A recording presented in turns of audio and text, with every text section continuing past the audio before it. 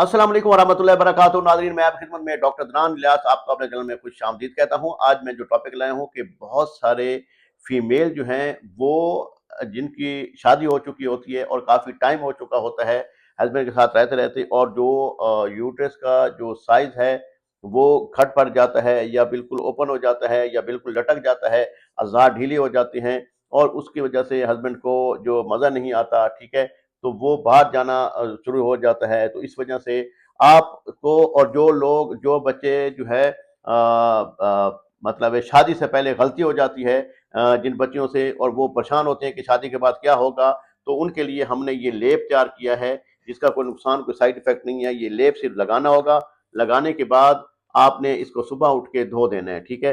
तो ये इतना बिल्कुल फुल ऐसे होगा ना, तो ऐसे हो जाएगा, ऐसे तो इतना होगा कि बहुत तंग होके आएगा, ठीक है। तो इसका मतलब ये है कि ये बिल्कुल फ्रेश बना देगा, जैसे पिन पैक होता ना वैसे कर देगा, ठीक है। मंगवाने के लिए राब्ता कर सकते हैं 0306 43 76 366। अल्लाह हाफिज।